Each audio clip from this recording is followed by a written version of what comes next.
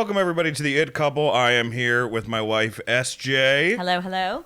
And for our guest today, one of our close friends who actually helped me just write a movie just recently because he's a great writer. He wrote he wrote The Machine that's out now with Bert Kreischer. Wrote on the MTV Movie Awards, just because I just saw your IMDb for 2 seconds. But he's the great guy, and he's got a podcast with Kurt Braunholer called Bananas, which is a lot of fun. I listened to it a couple weeks ago, actually. Scotty Landes, everybody. Scotty! Thanks for having me. Let's scare the shit out of each other. I'm ready. Yeah. My favorite Landis in entertainment, Scotty. My favorite Landis. The nicest Landis. Let's say the nicest Landis. Yeah. Yes, my last name is spelled Landes, and I am so grateful for that. And you haven't, so grateful. You haven't killed anybody with a helicopter recently, so there you go. Yeah, been accused of anything terrible with women.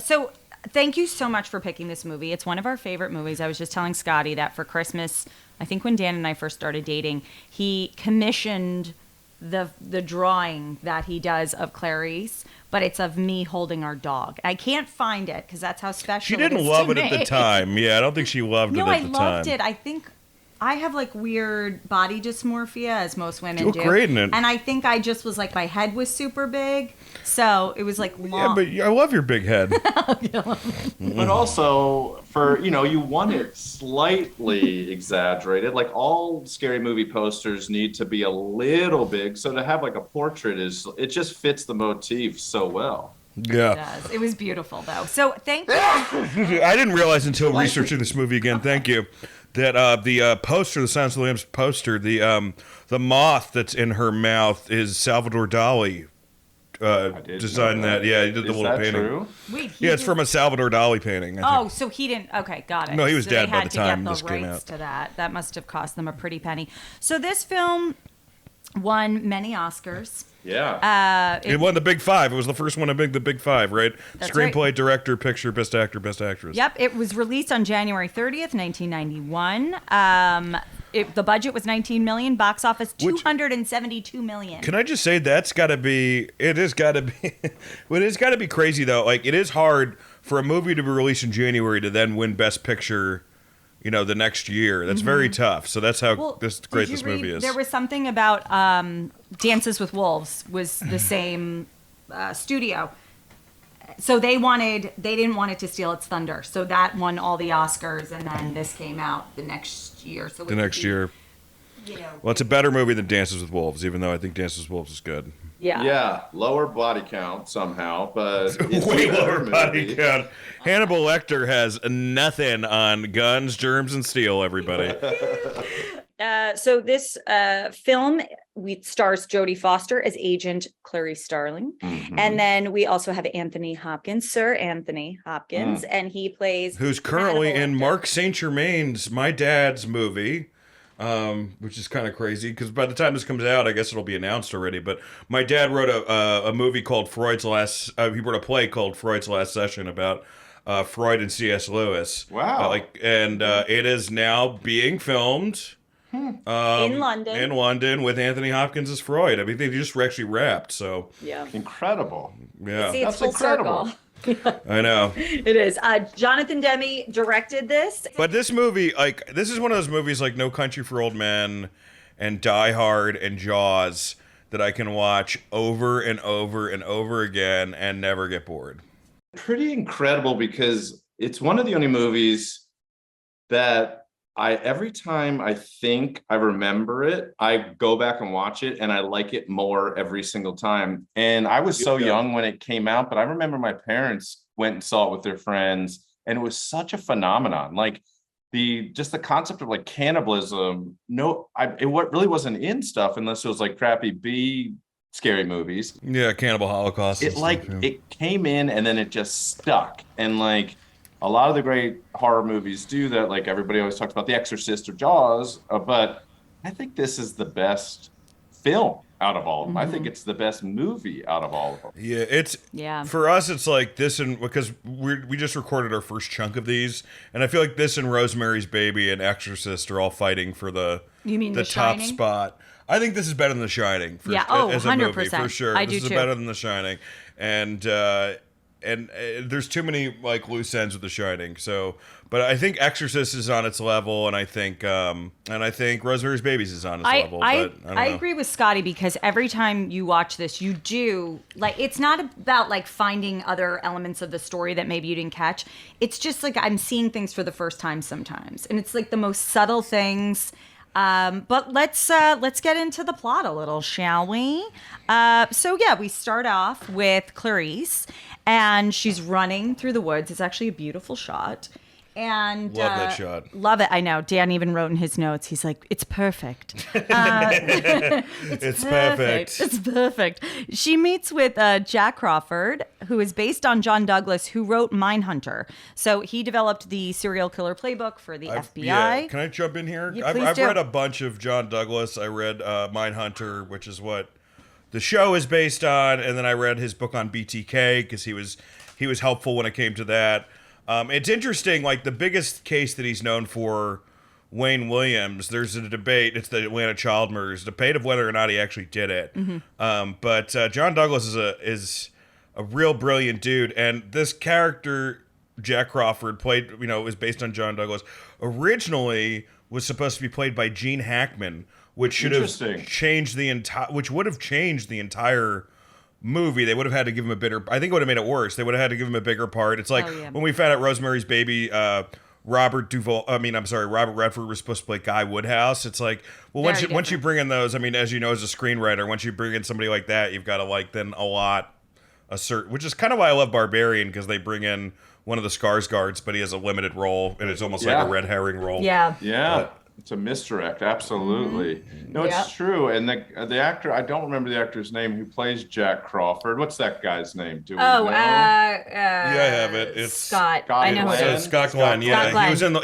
he's great in The Leftovers too. He's Completely different. so good because and one element of this movie as we go through it that I think is the most like effective thing that Jonathan Demme decided to do is every guy stares at Clarice in every single scene.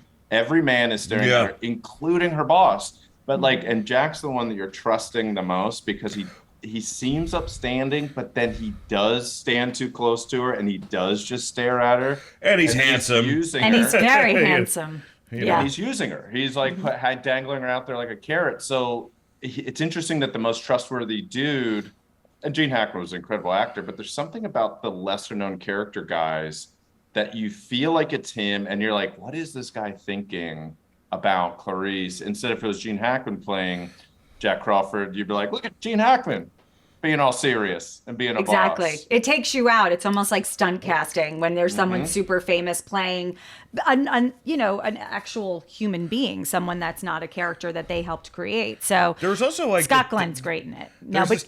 Time in the 90s, like male movie stars, like I guess Gene Hackman had just done Mississippi Burning, and he didn't want to do something that dark again. That was his basic reasoning. Even though both roles really aren't that dark. But, like, this is what the cast could have been, which I think is, like, crazy. It could have had Gene Hackman as Jack Crawford, right? The first person they went through with Hannibal Lecter, you know who it was? Sean Connery. Sean Connery was their first choice, who would have been bad. And he turned it down. He said it was the most disgusting, script he's ever read.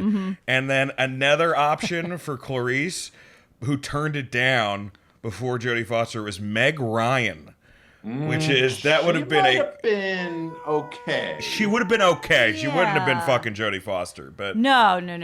Too vulnerable.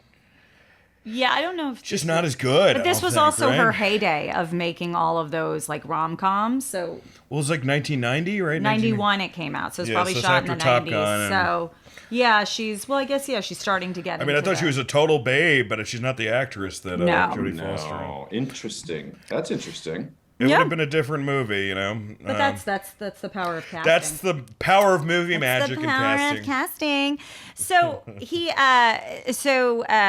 the boss brings her in, Jack Crawford, and he's telling her that they have to. Sorry, our dog's growling at the other dog. He wants to send her to a prison to meet with an inmate there who is somewhat notorious.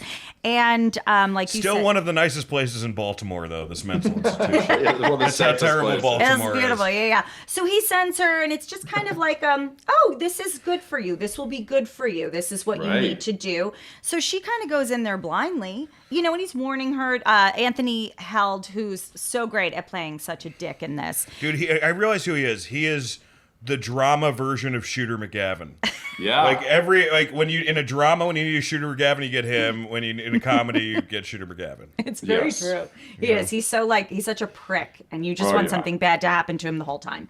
So he's warning her about what to do and how to behave, but she's still Dr. Chilton, thank you. He's also creepy with her. Also lingers a little too long, gets a little too close.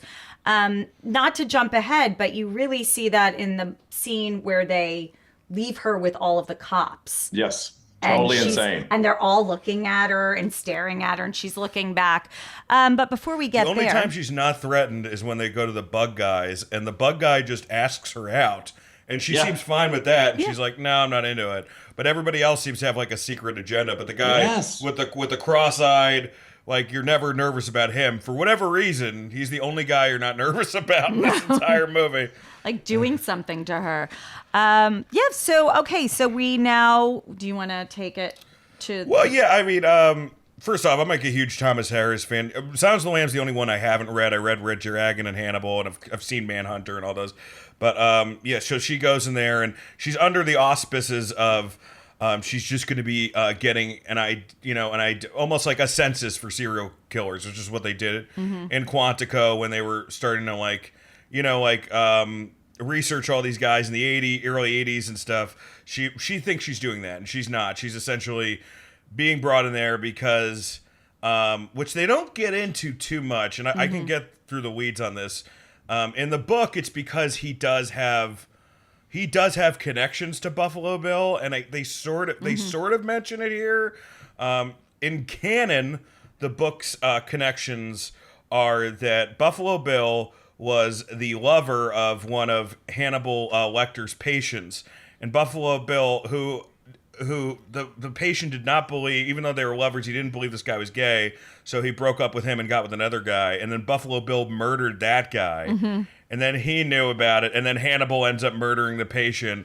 But he went to one meeting. I guess that they had one meeting together with Buffalo Bill and Hannibal. I don't know if they want, because all of Red Dragon, it's really Hannibal Lecter's, relationship with that serial killer. So maybe they didn't want to do the same thing. But this, they're kind of amorphous about that's the only thing. There's a couple things that they do which I think are really smart as a movie, but when they find the whole ruse about the other prison, all that stuff goes on off screen, and you kind of have to kind of put it all together. But if you're a director and a writer, I totally see why they made that cut, because it would just slow, the whole scene down is you're gonna lie to him? Yeah, but should we lie to him? I don't know. It's just a nothing burger scene.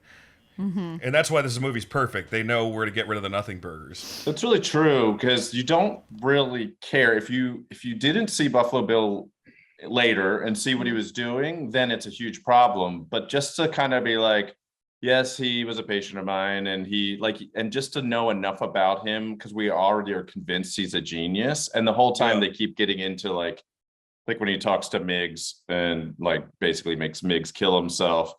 You get the idea that Hannibal's so good at reading people that even meeting somebody one time, he could figure out everything about them. So the whole Buffalo Bill connection is just it doesn't matter. If you sat next to this guy on the bus for 5 minutes, he would have you completely broken down. Then that's why he's the best villain. Yeah, it's true. And, she's warned about it, too, by Crawford. He's don't answer any of his questions, yet nothing personal. And what happens as soon as she gets in there, he recognizes her accent. He basically knows exactly where she grew up, what her life was like. And they kind of go back and 18 forth. 18 minutes of total screen time from Anthony. It's 18 or 20. In the whole movie? In the whole movie. And he won Best Actor. Wow. Yeah, and it'll define his career in America. I mean, when he has sure. his in memoriam, it's going to be him being wheeled in with that mask. That is still a Halloween mask. And they'll be like, everybody will be like, yeah, I remember him. Well, it's so great. Have you seen The Father yet with Anthony Hopkins? Yes. It's beautiful and so sad, and he's so different. He's like Yes. everything that he is in this, he's the opposite. That's how you know Anthony Hopkins is a great actor, because you watch The Father, and he's so vulnerable. The whole movie, he's so fucking vulnerable. And in this movie, he's not vulnerable at all. No, he's always in control. He never loses that control. That's ever. right. He's always like alpha in every scene, no matter who's around. And so I think his relationship with Clarice, like he does come to care for her in his own weird, strange way, and he wants to protect her. And he even tells her, he's like, you're out here like a carrot dangling. Like they kind of threw you to the wolves here. Like you should not be doing this. This is not what you should be doing. Yes. And yeah, so then well, there's some good stuff then happens, doesn't it? Then? Well, yeah, she finds his patient's head, and then this kind of opens up this whole, it goes back and forth between her training and kind of failing these FBI tests because she's so immersed in the Buffalo Bill case. Yes. Her going down to Virginia to check out the latest Buffalo Bill dump site. Them kind of doing the X's and O's. I'm just doing a broad strokes of the plot just because I kind of want to talk about serial killers in general. But eventually, the big end of, I guess the first act is, this woman is abducted by Buffalo Bill. We find out it's the senator's daughter, Brooke Smith, who's a great actress. Yeah, Senator. Yeah. I forget what the senator's name is now. It's Martin. Senator Martin, Martin's yep. daughter. Catherine Martin is her daughter. But we should point out that she's not kidnapped because she's a senator's daughter. No. It's just that this is what I also love is like when you see Buffalo Bill, you're just getting snippets of who he is and what he does. And so when she's driving, you don't really understand that she's the next potential victim. You just kind of see her, and then he's got the whole thing with his arm is broken. And or Ted in a cast, Levine, who plays Buffalo Bill, is so great in this movie. But you never talk about it because of Hannibal, but he's just as good, I think. I agree. So scary. Yeah. And when she's introduced, she's singing Tom Petty or like American Girl. She is, right? yep. I think that's right. Yeah, And she's yep. like, and she is this all American girl, and she's a little pudgy, but she's like seems really innocent. But the scene where he abducts her in the van, it is like now true crime podcasts, all these things I always talk about. It's like, if somebody asks you to help get something in the van, it's like when we were kids, it was like, hey, if somebody offers you candy, say no and run away. Right. But the whole idea of like, oh, my arm's hurt. Can you help me get this in the van? And the way they shoot it is so creepy and convincing because she's just like nice. And it's like, yeah, I'll help you. And then she gets in and they like pushing the sofa in deeper. It's And she so does have that simple. Yeah, I was going to say she has that one moment, and again, from rewatching it, you see her face almost question, is this safe? Should I be doing? Because he even says, he's like, I'll get you out of here in 1 minute. Like, because she goes to lift it, and then he makes her go in. And that's. I think when he savagely. I mean, there's something about when he savagely, because he hits her like a man. It's not like, it's not even like a guy getting in an argument with a girl that he slaps. It's like, he's just like, I'm going to fucking knock you out because all you are is a suit to me. Right. That's It's an object. You're just a suit. So Incredibly scary. And it's so hard to shoot those things. They would overshoot that these days. There'd be like 9 camera angles. It would, for some reason, have like pink and purple lighting or something. But it just felt like the scariest horror movies, and very few ever do this, just feels like it happened in 5 seconds in a regular life where something horrible happened to somebody. And that's always the scariest stuff. It's not like an alien or a ghost or a demon. It's like, oh, I made the smallest mistake and 10 seconds later, my life is about to end. And they nail it with this. They do. And it's like, it's always like it's shot from the same angle too, like where her door was. So it's almost like had she gone inside, and you like want that for her. But yeah, I mean, he seems like a normal enough guy, and sure. Yeah, but you're right. Like, but that's life though too. Like sometimes in seconds your life can change if you just make the wrong move or see the wrong person. Yeah. So yeah. So that's okay. So we love Buffalo Bill. We love Buffalo We love Bill. him. How He's weird great. he is. Such a weirdo. But now, I okay. mean, how many of you guys in college? I would do the dance all the time at a party. Dan just to still does liven- the dance. yeah, like The just to- mangina dance? Just Yeah. the mangina, just to spice it up, get all drunk on Indiana whiskey, and then just walk in. And especially like if I wasn't hitting on a girl that night, you know, that's not a move. If you're trying to get laid, that's not a move. But if you're with your buddy friends and their girlfriends, then bring out the Silence of the Lambs You've done dance. that for me. It's also called have. fruit cupping. Is that what it's called? Well, that's what we call it. When myself and my family on Long Island. There's something so interesting about watching yourself dance with your penis tucked between your legs, though. You know, I mean, I believe know that to be true. And then Yeah. you do this. It's just a very bizarre situation. Wait, can I but ask? it's Every fun to guy has watch. tried that, right? Like every guy has tried. Scotty has not, I don't think. I Scotty's- haven't publicly, but privately I've seen what was happening, and it's good for a laugh, even if it's Sure. alone. Yeah, it's a fun time. he's got a very nice body. Let's give him that too. It looks great. Oh, he looks great. Very put in the like work. he did. He He's did. the closest thing to a sex symbol in this movie. So we have Clarice. So he is actually. So let's keep going. You talked about how she was going to all the sites, the dumping sites, Yes. and she realizes there's something in her mouth because she sees like the tongue, the trace, and she's like, "There's something in there." So they go in and they pull out a moth. And it's a very specific moth, and they look at it and they say it's from a specific region. These have to get brought over from Asia, like they don't exist in the U.S. So it has to be someone who had access or shipment or received and all this. And where did they come from? So that's when we start figuring out a little bit more about Great how detail. Buffalo Bill. Great detail by the writers. I guess that's in the novel. I'm sure that's in the novel, but that is such a great detail of like how to track a criminal, and then to pick the death's head moth, which had the skull on it. It's incredible.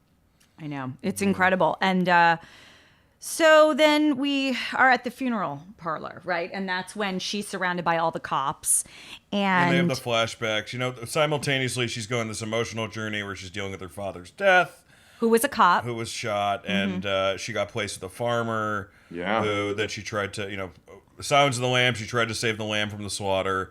Ends up escaping with the lamb. They get found out. She gets sent to an orphanage. It seems like, which means she would be even more fucked up. Right. Eventually, I mean, this is all. I almost don't want to blow the plot for you guys because if you haven't seen it, you have to it's watch. one of the best. Like you have to watch this movie. But by the end of it, we kind of set up a few different roller coasters where Hannibal Lecter is getting promised immunity, or not immunity, but a better situation. He wants light. He's currently, in a cell block that has nothing. He Yeah. wants to look at the ocean or the mountains or something. He wants better. He's Very reasonable. very reasonable. I would He's want the trying to same. outsmart his captors because he knows it's all bullshit. He's only giving them half truths. Then through the last file, Can I also say one thing, not to interrupt? One of my favorite scenes is when she is talking about the lambs and how it's like, I'm giving you this, now you give me this. And it's back and forth. It's like shorthand. And then he's like, answer this, now this. And then he gives her just enough info. And then he goes into like the therapist mode of like, tell me more about your uncle and all of this kind of stuff. So It's incredible scene. That scene's so good too, because when you have your hero in a scary movie, you always have to be able to get them back into the kill box. You have to always have them, because she's an FBI agent. She has a car, she has a gun, she can go anywhere. So you always need that pull, those hooks. And the hook for her is she's trying to save this girl, so she'll do anything, including expose herself to this serial killer. And that scene is like, she could be like, yeah, I don't know, see ya. But instead she goes in and starts to say the most vulnerable things to Hannibal. It's incredible. And that he has a code, and it's like the way that he doesn't kill Barney, the orderly, who's actually nice to him too. Right. Like, it's Frankie cool that face Hannibal- on. Yes, he has a code, which is incredible. And that scene is sort of besides the big blockbuster scenes that we all think of and when it really gets bloody and crazy later, but that scene of them negotiating and going back and forth, I think is like the best scene in the whole movie for both. Same. Well, I love it. I love that scene. And to that point, Scotty, one of the things, when Scotty was supervising, I read a horror script that Scotty supervised. Still up for sale, guys. Anybody who wants to be part of it. Yeah, it's Part of it. Raising money. Scotty was constantly. instrumental and helping it become somewhat decent. And It's a great the script. third act, you know, one of the things, and this is what this has, is like with every horror movie, there's the point where it just goes crazy, and then you don't stop, and that happens in this scene. Yeah. That's true. As soon as Hannibal kills the guards, they're off to the races. Excuse me, I don't know why I have bad indigestion. To the races, but also, and yeah, we won't spoil it for any of We your won't listeners spoil. who may not have. But unlike a lot of scary movies, where you usually get that one last, like the Meryl Streep comes out and tries to stab you at the last second, we get that one last big scare. This has the craziest, scariest sequence after all that horrific bloodbath, where it's like when Clarice and Buffalo Bill do meet, again, no spoilers, that scene is so intense that it's like they keep it so high tension for like 25 minutes where you kind of feel like she's gonna die, which in most horror movies, you don't feel that way. Right. I love that scene. My thing, you know, that scene's fantastic, and I got annoyed. There's some like comments on Reddit, like, why would you follow him downstairs? I'm like, 'cause it's a fucking movie, dude, and she's emotionally already invested in this, and she's a cop. It And makes she sense. wants to save this person. There's a woman there. She wants to save. My thing though, it's like, That's so true. she gets the info. So how does she find him? That's my question, and it's the one thing because I've watched this movie so many different times. She talks to one of his old colleagues or somebody who knew his old colleague that he used to work with. Did he kill that guy and just take his identity? And I think so, right? Is that what it's supposed to be? He killed Yes. his identity. They don't say it, which again, it's like I don't think you need to because it would take away the surprise. But it's always a question of mine of like how is she able to figure it out? But the scene where this is even before the chase. This is the scene where she realizes who he is and he realizes that she knows who he is. And he puts his hands up gently, and then he like starts to like almost like seductively put his hands down, and then move to and he's like giggling. You're like, that is a crazy motherfucker right here. It's amazing. The Act 3 of this movie is the best finale. It's incredibly good. It's incredibly good. I also love when when she sees Brooke Smith, and Brooke Smith is like, "Help me, you bitch!" And it's like, get me out of here. Get me out of here, you bitch! And I think that's so great because that is how you would react if anybody was there. Don't fucking leave me, you bitch! Like, get back here. So I just love that that's in there because it's kind of out of character for someone when they're being rescued to like yell at the person that could potentially be rescuing them. Yeah. The screenwriter, I mean, as good as Jonathan Demme was, Ted Talley. I mean, Ted Talley knocked this one out of the park so far. Like, if you go beat for beat of movies, also it's under 2 hours. It's like just under 2 hours, but they don't drag it out. Don't drag it out. Every line of dialogue is so a lot of times when people take novels and turn them into screenplays, the dialogue still sounds like a novel, and I hate it. Yeah. There's just a different type of writing. But Ted Talley, he writes every character sounds different, every character speaks different, and every character is weird in their own way. That dude knocked it out of the park. He ended up, I guess he wasn't even supposed to be the guy in the lead, but he was like friends with Thomas Harris or something. Like, so he kind of got in there from the beginning. Yeah, because and then afterwards, you know, he wrote Red Dragon, he wrote All the Pretty Horses. He had a good run after this for sure. But you know, screenwriting is out of almost every, and you don't have this. You have a few things, but like doing all these movies, I realize screenwriting is one of those jobs in Hollywood. You could write just one thing, and that's it. And the rest of the IMDb pages, like there's people with famous scripts who have a fifth of the IMDb page that I have. That's you know, right. just because they did these two things and that was it. And that was it. But you that know, was like, also and a they didn't do different TV time. and Yep. they didn't do, you know, like so it's just kind of it's interesting, but he nailed this one. I mean, He did. It's crazy because you feel satisfied, but you still feel uneasy at the end. Like the end is so great, and there's like a joke at the end, which is fantastic. But there's so much. There's so many.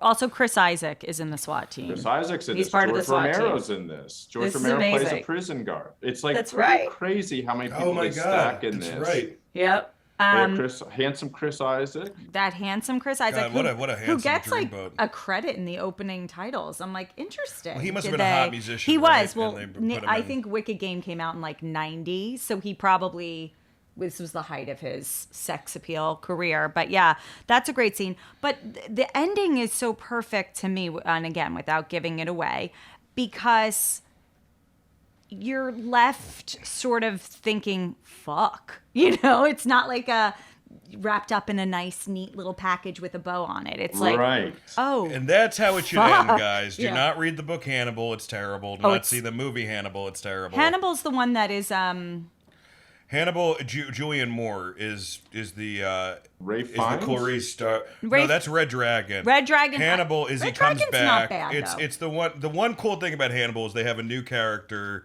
who was attacked, who played by Gary Oldman, Clarence Darrow, and he was attacked by Hannibal and survived essentially, but he's basically a He vegetable looks and he gets real bad. and he gets fed to the pigs. In the movie, in the book, he gets eaten by a giant eel. Totally Which is normal. by his female bodyguard, who's like a China or something like that. Totally normal. The one thing about I can't say this is now. Here's the thing: is I think this is if we want to do serial killer pantheon movies, right? There's not a lot of great serial killer movies, and people would say this is the best. I argue. I think it's the best film out of all the serial killers, but it's not the best. It is not even close to depicting what a serial killer is actually like. Like I think if you want to do police procedural, you do Zodiac, and if you want to do actual what serial killers are like, they just did the Dennis Nielsen show on BBC, who's a British serial. Did you see that or no? No, I don't think I It's did. unbelievable, and it's on. And the thing about the reason that I think it's more accurate, it's just from the times I've studied serial killers and stuff, because I'm a fat guy with a beard. We that's all what do. No, but we all Yeah. do. That's the thing about that, and not to cut you off, Dan, but that's why Yeah. this movie is so big, because there were serial killer movies before this, but this is the one that made people talk about Quantico, the FBI. Yeah. Well, There's Hannibal's a also a scene where bullshit character. That's why. when the It's mom 'cause- is in the press conference and going, Catherine is lovely, Catherine is this, and then the other girl goes, they're humanizing her. It's really smart. They're making him see. Nobody had that in a movie. No, nobody had that. And night vision goggles. No, I had never seen that in a movie. This introduced so many new Well, concepts. My only criticism, and it's why it's a great movie, and it's not, is that most serial killers, I think that there was the prevailing thought zeitgeist that serial killers are brilliant after this, which is actually not true. The Green River Killer had an IQ of 80, and he killed 50 people. He just killed prostitutes and women of color, so no one gave and he a would shit. have kept doing it, Yeah. but he was caught. A I lot of think these guys that's a are lot. sloppy as fuck and dumb and racist and drunk, but they don't. But there's not many Hannibal Lecters in the serial killer, Very you few. know. But there are some Buffalo Bills because Ted Bundy used to do the same thing with his arm. Well, I would go with I think this movie to me is almost perfect, but I do think 7 is equally impactful. And I think when people saw 7 for the first time, it had the same thing where it's you have to see this. Don't spoil this. You've never seen anything like this.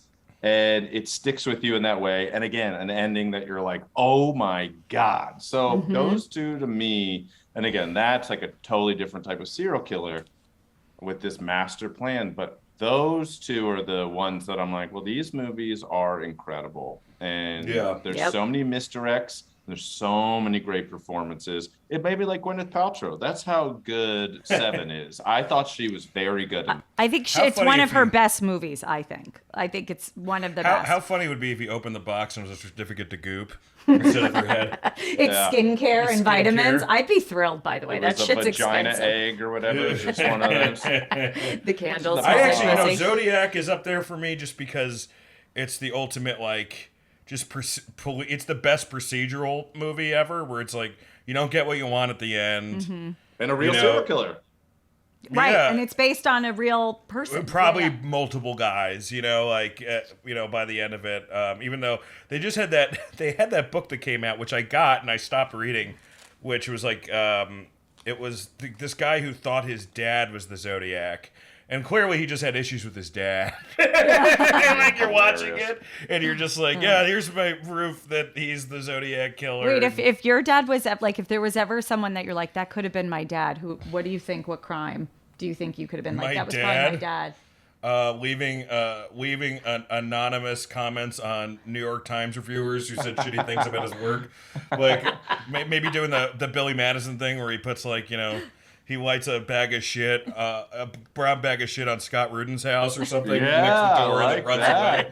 I can see him doing nice that. Piece of shit. Yeah, that's so good. So do we want to get to our what happens next? Well, the end of the movie is we essentially Clarice. We don't want to give. We know she stops him, and at the very end of it, we'll give this away. So spoiler alert: she just graduates the FBI training. She gets a call. It's Hannibal Lecter. He seems to be in some place like Haiti or somewhere in the Caribbean. Because he has escaped.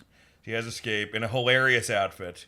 Mm-hmm. It's the funniest outfit. There's this guy named Francis James who used to open my shows. He would be on my old podcast, and he would dress exactly like Hannibal Lecter at the end of Silence of the Lambs. Or it's like the safari hat and then the coat, but then also like a safari, like this weird like almost like Charles Darwin meets Parrot Head sort of outfits, I would say, and it's an awesome ending, man, because it's just that wide shot of him following, and he has a little saunter as he's following this doctor. He this tips Chilton the doctor. hat. He tips the hat a little and sort of saunters and walks away, and he has the joke. He says, something along the lines of like, "I'm having an old friend for lunch," and that is so dumb and great. Any other actor says that, you like eye roll, but he says it and you're like, he's gonna eat his ass.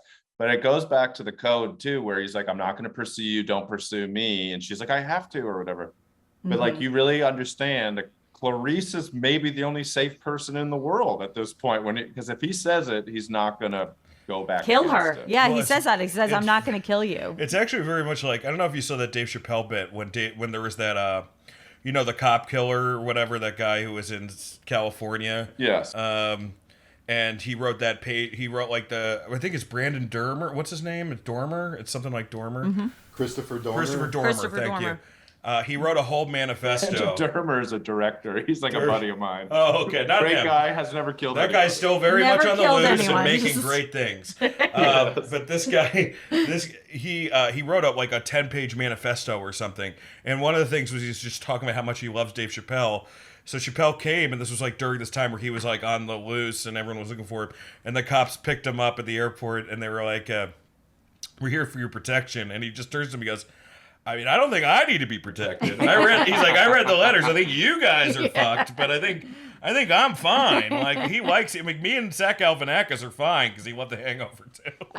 But everybody else is fucked. Marked safe from crime. I love that. But yeah, this is. I mean, look. Usually, the question we have on this is like, what happens next? What's the next scene? Unfortunately, they did do Hannibal, and if you haven't seen Hannibal or read it, the ending of it is so disgusting and gross, and they changed it in the movie, but the end of the book is so disgusting, and it's basically, they like share, like they kind of dine on her boss's head together, her and Hannibal. Like, he kind of like converts her a little bit, and that's why Jodie Foster didn't want to do it. She's like, this totally ruins the fucking character. And it's a weird book to read because you can tell Thomas Harris is still a good writer, because I love Red Dragon, right? And so he's still got it, but it's almost like he's hating the characters and he's damning them. You know, it's almost like, you know, like in Misery, you know, like when she gets all pissed off because she kills off Misery. It has this, like, he's just mean. He's like, all right, everything you liked about Clarice is done. They're all fucking animals. You know, like, it's just like darkness and depressing and tragic and sad and totally unnecessary. So, yeah, who knows? I mean, he could have been bored with them. He could have just taken a monster paycheck as an advance to go get it done as soon as you can. Or he really did think that was for the best. And you're not always going to have your finger on the pulse of what people really want. So, I mean, on top of that, it could have been that he stewed and thought and daydreamed and blue skied about the earlier ones and kind of knew what they were, and maybe this was a blank slate where it was like, we know the characters, we know what people responded to, and if we don't give them something extreme, they won't buy it or talk about it. So I mean, happens. He could have gone 20 fucking books, you know. That's the thing. I mean, you know, he could have kept going and had good ones and bad ones, but he just ends it. It's very similar to the newest To Kill a Mockingbird, where they make Atticus Finch a racist, and you're just like, what? What happened? You know, you're like, you're ruining. In this one, Air Bud attacks people. You know, like you're like, what? If you had to eat a part of someone, Scotty, what part would it be? Butt. 100% Yeah, for sure. butt. For sure, butt. Because there's nothing in the butt. Butt's fat, right? Butt is, if you know, again, same era, but when Alive came out, people were like, if you were dying, would you eat somebody? And I was like, yeah, I'd eat them before they died if it was about me surviving. But butt cheek, final answer for sure. For sure, butt cheeks. That was actually what's his name's favorite. Who was the child killer? Who was like from like 100 years ago? Albert Fish. Albert Fish loved eating a butt, a boy's butt. A boy's butt. That was his. Yeah, I guess that's actually what Bryan Singer got in trouble for later on, guys. Different kind of eating. It's a different kind of eating. Different podcast. Yeah, meow. Different cereal.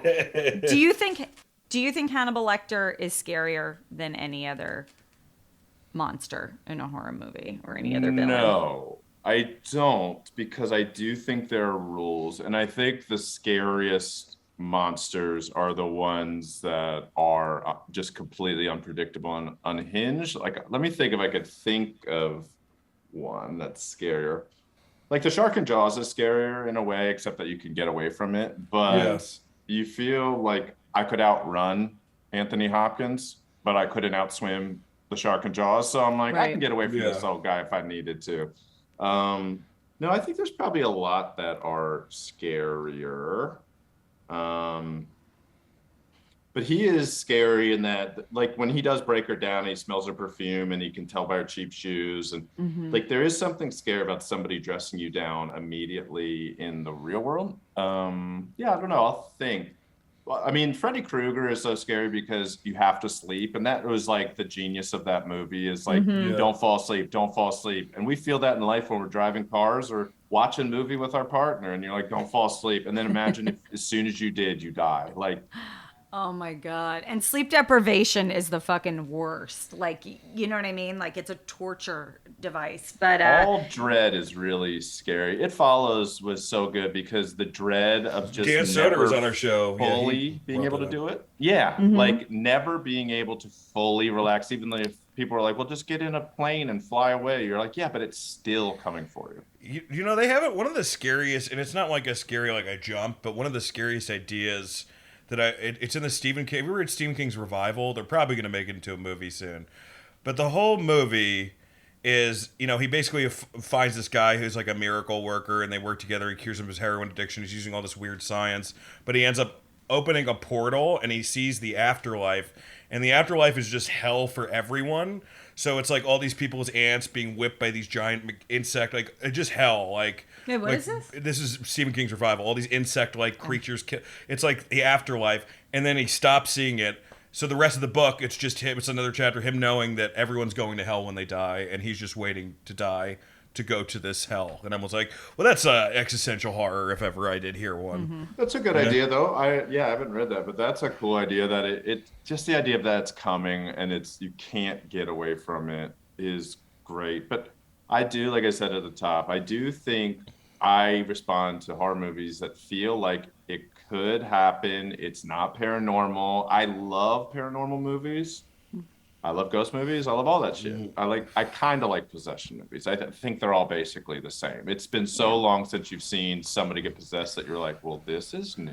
No, it's Exorcist or Rosemary's Baby. Last good one was Last Exorcism, I thought. The only thing that is similar to it is like if someone takes bath salts and then they become like a fucking, you know, cannibal and eat someone's face. Like that's, to me, I'm that's in Florida scary. right now. I lock the doors as soon as I get inside. Careful, don't hang out in your garage. Okay. And Hereditary was really effective for possession too. But it's I think Hannibal is so creepy because you do feel like in your life you've had conversations with people in passing, especially women get talked to in a way all the time where somebody's like, get home safe, have a nice day. You're like, why did you say that? I just had a guy when I was driving down here at a gas station. I was just filling up this old guy, you know, that like that lifelong smoker alcoholic look where like the cheeks are sunken in and you know a few teeth are missing, and he had sort of like light tan coveralls on. And everybody says hey to each other down here. So I was like walking back to my car and he goes, "Be safe out there." And I was like, this motherfucker, what does he know that I don't know on Highway 41? Man, it's terrifying out there. Although I will say, I think that the one good thing about mass shooting, less serial killers. They're more transitioning to mass shooters, which, at least will be over quicker. Right. True. And you find them. You don't have to hunt for them. Like, they either kill themselves or they're captured immediately. If you're a serial killer now, the best way to get away with it is being a truck driver still, because you can just dump it in one. We're not going to... Sorry, I'm not giving advice. I'm just saying that's still... That's like why those guys never get caught. Everybody else gets caught. But if you're on the move. I think there's two right now. There's the one in Austin and the one in Portland. I heard about the one in Portland. The one in Portland, yeah. They're really trying to keep it weird. These two cities, they keep it weird. Who's going to be weirder? But yeah, there's one that they keep finding bodies in Lady Bird Johnson Lake or whatever. And in Portland, they are finding all these women. And in Lady Bird Lake, they're finding all these men. And they think it's two different serial killers. What's your favorite serial? Who's your favorite? My favorite. It's hard to say because there's so many. No, the guy that I do relate to as far as like a comedian, and I think Henry Zabrowski has said this too, so I'm not really covering any new ground here. But John Wayne Gacy is the most stand-up comedian personality, and really not even how he kills or who he kills. The reason that he's more like a comic because he does this weird thing where when he was getting caught, he knew he was getting trailed, so he would like go out and like talk to the cops and be like, "Can you believe me? They want to kill me. Can you believe that guy? This is crazy." And then he would go back and then kill a guy, which just seems like such a comedy personality, like just like almost like asking like, "Hey, am I funny?" Like in the middle of it. So I think the lamest BTK's poems are really atrocious, which they covered on Last Past Podcast on the left. But the guy clearly just wanted to be like a mysterious night writer. But the scariest ones are always the ones like the Harold Shipmans, the guys who are nurses or doctors who can kill willy-nilly and they never get caught until they're at like 100 because they can get away with it. Like that Good Nurse movie that was just on Netflix based on that one guy. Yeah, I think those are the scariest because they get away with it.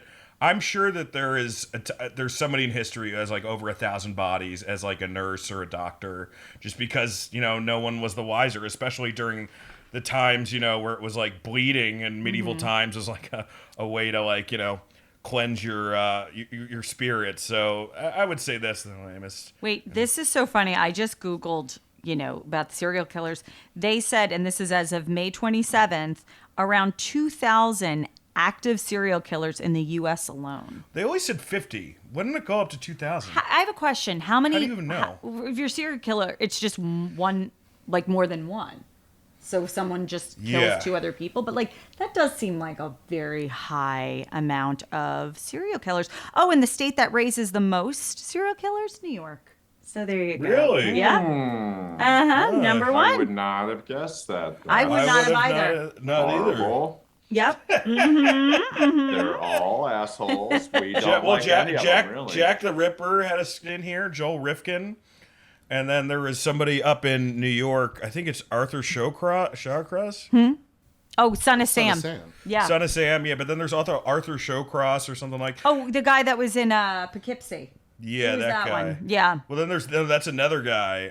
There's the black dude in Poughkeepsie when we were there, who like was my friend. I did this gig in Poughkeepsie, Laugh It Up Comedy Festival, and one of the guys who worked at the club used to wrestle this guy because he was a super heavyweight Greco-Roman wrestler. I think he actually died of HIV in prison. But his place is, this is where it comes. It's the opposite of Hannibal Lecter. Like, the cops, like, literally went to his place, and you just see body parts everywhere, and you're like, all right, well, this guy's going to jail forever. It's him. Yeah. Even the worst of the detectives was like, I have a pretty good idea that it was him. Well, that's the thing with the Dennis Nielsen thing. It's like they went to his house, and they're like, hey, we're having problems with the plumbing. And he goes, oh, yeah, probably because there's bones and guts in there. And then they just arrested him, and that was it.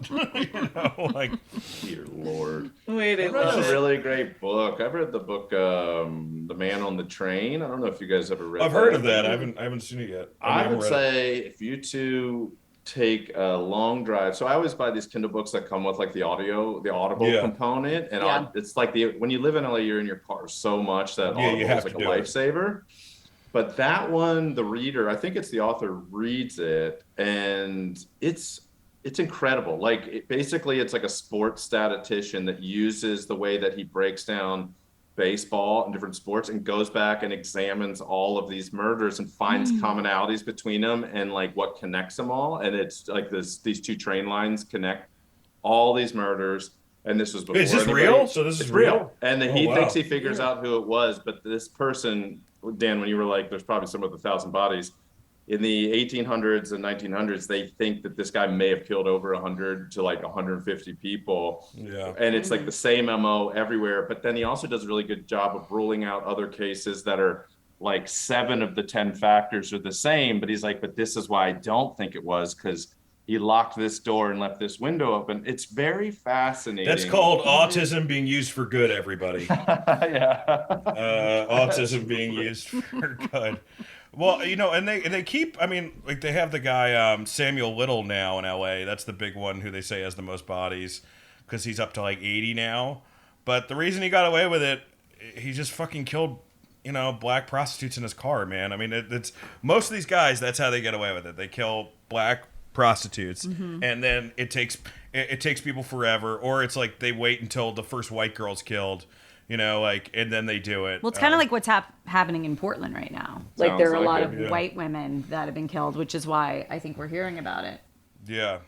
Fascinating. But it was this Spaventa, you just went to Portland, didn't you? Yeah, Spaventa, what were you doing in Portland? Yeah. No, I went to LA. Went to LA? That's his cover. I did go to Portland once though for like 2 days. No, that's enough time. It's enough time to kill a few people. Plenty of time.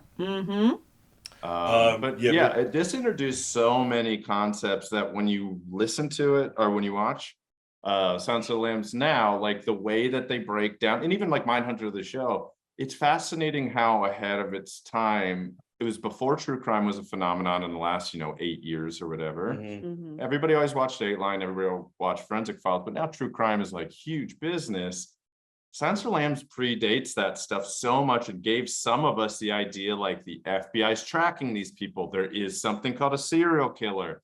It was and they have certain traits that you can kind of pick apart. It was really smart. I've never read the book, but I think I will go back and read the book. It seems like it's yes, the one I haven't read. Red Dragon's great if you haven't read that.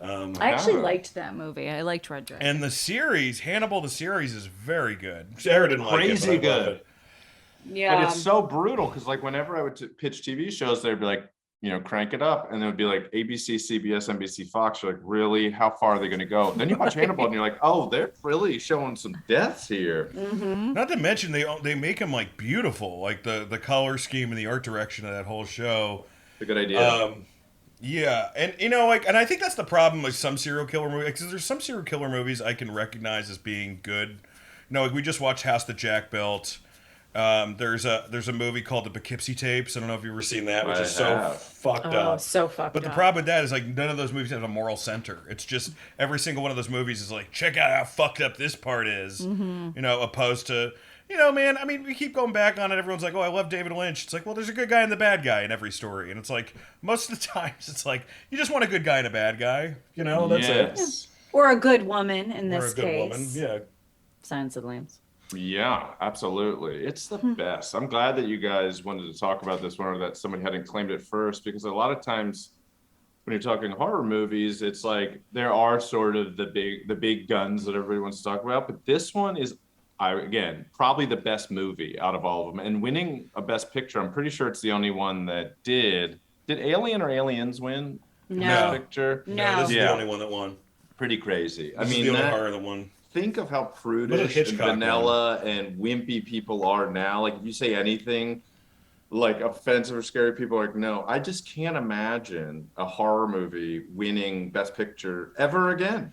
it feels You're right. There was a movie, Get Out. I thought, that was in the conversation, but it wasn't the best movie of the year. But he It was did very win good. screenplay. But then there was a movie that came out that was a horror movie, but it then kind of turned into a drama, and it was on Netflix. It was so good, and it was about like an immigrant family, like this woman who she lost her family at sea, and the ghosts were coming. And then by the end of it, you realize, you saw that, right? Yeah. That, like, by the end of it, I was like, this is the first horror movie that turns into a drama. I've seen dramas that turn into horror movies, but this is now just about immigration, so that's the only way I could see somebody sneak it in as like a best of, Yeah. It needs the detective element. It does need it's the FBI element that grounds it. And, there's always a new thriller or suspense movie. But the last few like mega hit scary movies were like Invisible Man, which was fine. Probably I liked overrated. It was okay. It was fine. It was a good movie, but it made she was great, so maybe she carried it, yeah. But like something like that made a gazillion bucks and it still would never get nominated for anything. Like not even, I don't know, did it get cinematography? Did it get best performance? Like it's very Invisible interesting. Man? No, I don't think it got anything. I don't think it was nominated for anything. No, And it probably shouldn't have been. But it's a fascinating thing that now the only things that really make money in the theaters are franchises or scary movies. That's it. So they should be rewarding the very best of the scary movies. Can you think of the last time there was like a monster comedy hit? You know what I mean? It's been so fucking long since there's been a Hangover. I mean, I'm thinking like literally the Bridesmaids. Bridesmaids probably was like the last. That one that Seth Rogen did with the kids, I think that did well. Good Boys was funny and did well, but I think there were probably Tiffany Haddish and Kevin Hart movies in there that made 100 million plus, but they weren't. The Girls Trip was really big. It's just hard to have cultural. Now there's just so much content. There's so many films. It's hard to have something stick. And it was a miracle that Maverick hit as hard as it did. But like Avatar made what, $2 billion? Maybe you guys saw it. I haven't seen it, and I've never had a conversation about it with anybody I know. Well, we have a resident Avatar apologist, Dan Spaventa. It's good. That's all I can say. Big Avatar fan. But we don't know if he's getting paid by James seen, Cameron. I never even saw the original one. I'm good on that. So yeah. Sorry. When I was on Workaholics, we had this debate constantly because Durs on Workaholics thinks Avengers is terrible and Avatar is incredible, and it was the best because he was like, I think Avengers is stupid. I think Avatar is underrated, incredible. And we would every like 6 months it would come up where it'd be like, really? You don't like it at all? He's like, garbage, Avatar's #1. And so I'm sure he was there opening weekend. Oh yeah, man, The Way of Water, baby. Which is already like such a. I just love it how like James Cameron just fucking. He's got so much ego of like. He's like your special effects is gonna look like shit compared to ours. Like it's like, dude, you already won Best Picture, and now you're like niche in Hollywood as being like, I'm the best fucking effects guy fucking ever. Suck my fucking dick. Like that's just every interview that he has. Yes, I'm really the guy. True.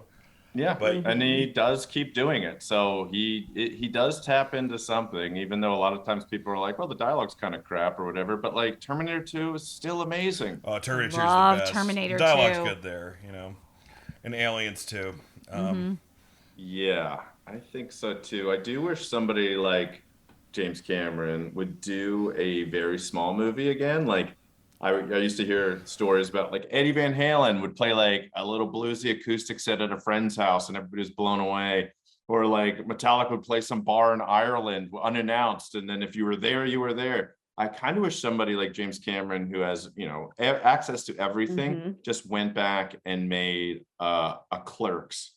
Just went back and made a $100,000 indie so you can see where his storytelling is when it's like unknown actors. Because some people do that, like the Steven Soderberghs and the Linklaters and stuff. They kind of make small movies sometimes, and you're like, I love those movies. Oh, I love Linklater. Yeah, I just don't think that that's part of his plan. You know what I mean? I don't think that he wants. I think he wants to be like, I want to do the first fucking VR movie that fucking makes $1 billion. I think that's probably will. Yeah. He probably will. He probably will. Well, Scotty, thank you so much for coming on. Is there anything you'd like to? Oh, well, one other question. Do you base when you were writing Ma for Octavia Spencer's character, did you base her on any real life criminal? Was there anything that like kind of came into play when you were constructing her?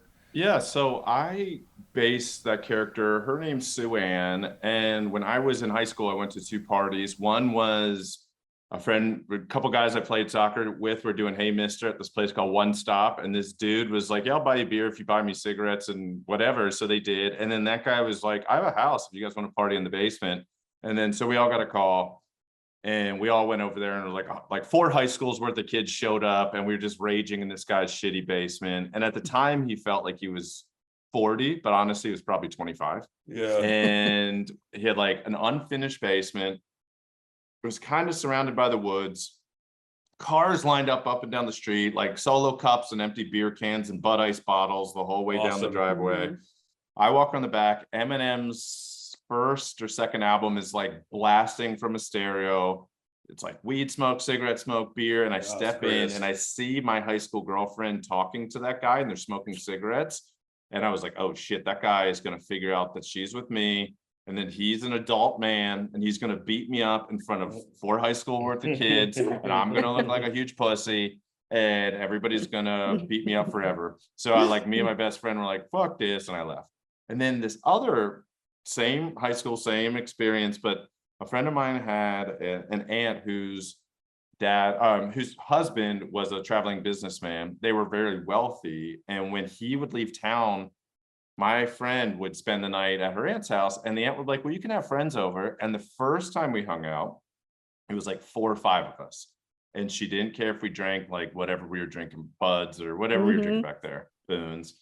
And she stood on the stairs, and she was like a rich Jewish lady who would be like, you two are so funny. And she would like flirt with the guys and the girls. Like, I'm trying to think who else was there, but they'd be like, Kinsey, you got the cutest butt. And then she'd be like, Scotty, don't call me when you're 18. She would say like shit like that. But you think it's charming now, but now, but now you're like, oof. It was creepy then. Probably. She was 40 and we were 16. So it was definitely creepy. And then, but she had like a pool table, and like, she had stuff. It was fully carpeted. She had an entertainment system, all these things. And then the next time the husband went out of town and we went there, everybody had heard. So like 80 kids came, and it got out of control, and people were having sex under a fitted sheet in the middle of the floor. But she just stood on the stairs watching it. And I felt unsafe because it felt like it was going to. Because that guy was having sex with you under that sheet in front of her. And I was like, this is my favorite sheet. And so I combined that rich mom who would flirt and just hold court over all these teenagers partying in her basement, and then this other guy in a shitty house who we didn't know, who for some reason invited a bunch of boys over just to drink in his unfinished basement with no furniture, like literally dirt and cinder blocks. I mean, that's a serial killer, by the way. Like, that's a setup for a serial killer. Go on, sorry. His name was Jimmy or Timmy or something like that. And so I was like, if you take those 2 real people, I'm sure every suburban town has 1 or 2 of those people. And I just thought it was scarier if it was a woman, because if it's a guy that says, come drink in my basement, a girl's going to say no these days. But if like a kind of plump, pudgy, nice something, 40-something ladies like, you guys could drink at my house and you're in high school, you might do it. No, yeah, for sure. Hell yeah. I actually have a story. I would also do it right now if a 40-year-old woman I think that you, actually, you just inviting yourself. A 44-year-old woman inviting you over for This isn't really scary or creepy. This is just kind of funny and sad. But we used to party at this place on my friend's property. It was like he had a shack. We'd always hang out there and like, like smoke pot and like do shitty Sublime covers and all this other shit. And then I wasn't here for this, but there was a knock on the door. My friends Mike Newton, Dave Newton, and this guy named George Leeds came in. And he's like, hey, man, I just live next door. I was just wondering if I could smoke you guys out. And they're like, yeah, they smoked out. They're drinking. They're having a fun time. Then all of a sudden they hear, Dad? Dogs oh, are gonna bark. sorry, my dog. Yeah. Dad, are you here? And it was his daughter. and he just goes, shh, pretend I'm not here. Pretend I'm not here. So his grammar school or middle school daughter had to go find this guy who was just getting fucked up with all my high school friends. That's right. And that's exactly right. And that, like, I have that character in Ma too, where it's like the mom is trying to hide the party from her daughter that she's like trapping at home. And it's like, it's because that too, I was thinking, it was like, if that husband knew what was happening in his basement when he was out of town selling stationery or whatever he sold, you're like, it's just creepy. And also, we were never allowed to go upstairs in either house. So that was like a big thing. It's like, you can't go to the first floor. So it just felt like a little prison of popularity. And I was like, that's it. So yeah, it was based on drink real wherever, people, man. If you want to drink in high school, you will drink wherever. Oh, God, that's the moral of the story. You'll drink whatever, and you'll drink wherever. Yeah. It doesn't even have to be a nice Chianti. It could be Boone's Farm. And that, my friends, is looping Silence of the Lambs and our stories together. I'm your host, Dan Sage. SJ Scotty, what do you have to promote? Just Bananas podcast. It's comes out every Tuesday. I do it with Kurt Brownohler. It's a silly, strange news and storytelling podcast. It's a women, trans, and non-binary guests only, and we're about 200 episodes deep. So jump in anytime. We'd love to have you listen to Bananas. All right, sweet. Thank you, Scotty. And check out Ma, but you guys probably already have checked it out since this is our Rewatch Ma. When the Machine comes on Netflix, give it a watch. There you go. Give it a watch. Keep fucking Bert Kreischer and Jaeger, folks. All right, thank you, Scotty, so much. I appreciate it, man. Thanks, man. Thanks, Scotty. Thanks for watching the show. If you enjoyed what you saw, like and subscribe.